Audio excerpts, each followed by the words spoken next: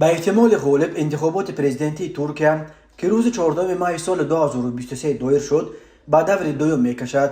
با اینکه همگی نیم فایز آوازها ناشمرده باقی مانده است، تا حال هیچ کدام از نامزدها بیش از 50% آوازها را به دست نآورده است.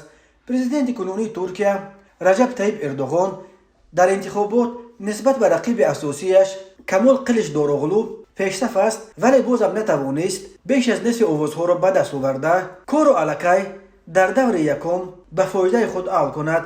اگر وضع به همین صورت باقی بماند، روز 28 می دور دوم انتخابات دایر می شود و اردوغان با کلیچداروغلو برای دریافت مقام پرزیدنتی وارد رقابت شدید خواهند شد. انتخابات کنونی پرزیدنت ترکیه از آن لحاظ اهمیت دارد که مخالفین حکومت اردوغان بعد 20 سال حکمرانی او بار اول شانس پیروزی بر او را به دست آوردند. مخالفین تا کنون پراکنده ترکیه در ماه آخر توانستند نیروهای خود را برای جداً به چالش کشیدن حکمرانی اردوغان که به خصوص بعد کوشش ناکام تبادلات سال 2016 توانست رژیم خود را خیلی مستحکم کند متحد بسازند. با این وجود نتیجه های رسمی شمارش 99 از 38% آوازها بیانگر آن است که اردوغان بازم در جای اول است. او 49 از 42% آوازها را به دست آورده است.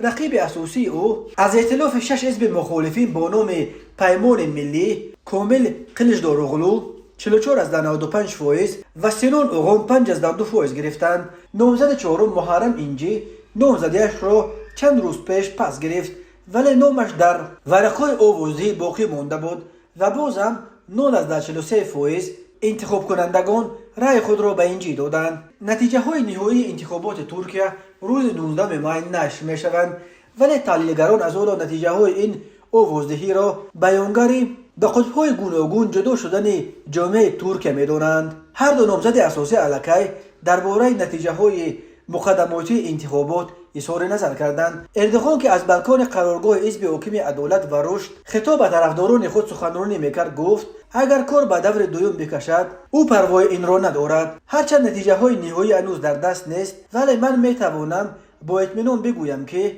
ما یقینا پیشرفتیم، اظهار داشت پرزیدنت کنونی ترکیه. رقیب او کمال کلیچداروغلو گفت به پیروزیش در دور دوم مطمئن است.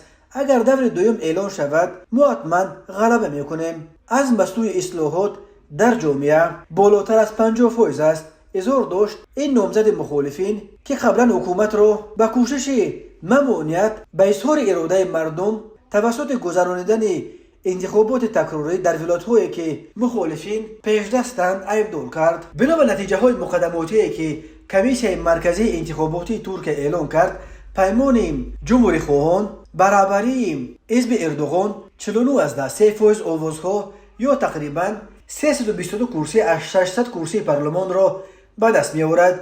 ائتلاف مخالفین یا پیمان ملی 35 از 19% آوازها یا 212 کرسی پارلمان را صاحب می شود.